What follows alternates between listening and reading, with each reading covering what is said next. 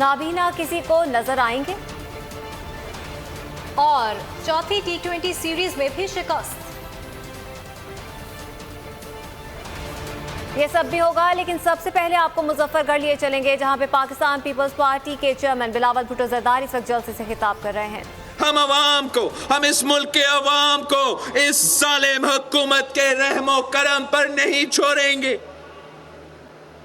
साथियों, ये सिलेक्टेड हुकूमत है, ये ना अहलों का टोला है, ना ये मुल्क संभाल सकते हैं और ना ये मईशत संभाल सकते हैं।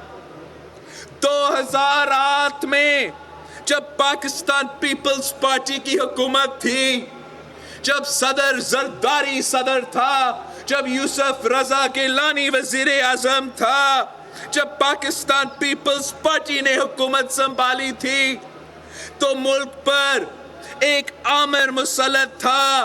पूरा मुल्क बदतरीन दहशतगर्दी की आग में जल रहा था। पूरा फाता बल्कि स्वात तक दहशतगर्दों की कब्जों में था। पेशावर से कराची और क्वेटा से लाहौर तक खुद कुछ तम्बाकू से लरस रहे थे। इस्लामाबाद तक महफूज नहीं था। मुल्क की मईशत ज़ब्बोहाली का शिकार थी। पूरी दुनिया में मुआशी बहरान था, फाइनेंशियल क्राइसिस था।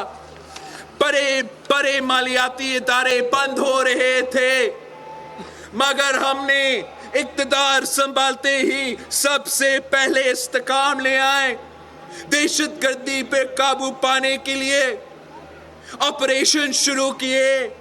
बढ़ती हुई महंगाई का बोझ कम करने के लिए, गरीबों की माली इमदाद करने के लिए बेनज़ीर इनकम सपोर्ट प्रोग्राम जैसे इनकलाबी प्रोग्राम शुरू किया गया।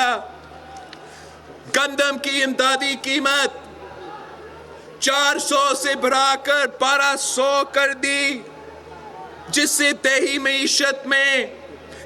मईशत में अरबों रुपए शामिल किए, जिससे किसान खुशहाल हुआ, जिससे छोटा ताजिर खुशहाल हुआ और दुकानदार खुशहाल हुआ। तनख्वाहों में इजाफे किए, पेंशन्स में इजाफे किए, आमिराना दौर में निकाले किए नौजवानों को नौकरियां पर बहाल किए, मुलाजमीन को मुस्तकिल किया गया। पाकिस्तान पीपल्स पार्टी के दौर में मुत्तफिका आईनी इस्लाहात की। 1973 के आईन असल हालत में बहाल किया। 18वीं आईनी तरमीम की सूबों को सियासी हुकूक दिए, उन्हें उनके वसाइल का मालिक बनाया, मालियाती खुद मुख्तारी दी, खुद गुर्बत कम करने के लिए इनकलाबी मंसूबे उठाए थे। तेल, गैस और बिजली की कीमतें हो या महंगाई, इसका बोझ गरीबों पर नहीं आने दिया। मगर इस सिलेक्टेड के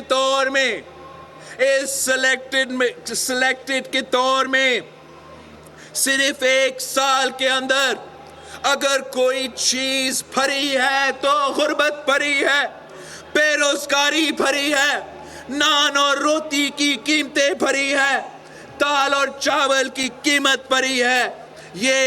ये जो पिछले 10 साल का रोना रोते हैं, ये जो पिछले 10 साल का रोना रो रहे हैं, हर किस्म का इल्जाम लगा रहे हैं। इससे कोई पूछे कि 10 साल पहले डॉलर की कीमत क्या थी और आज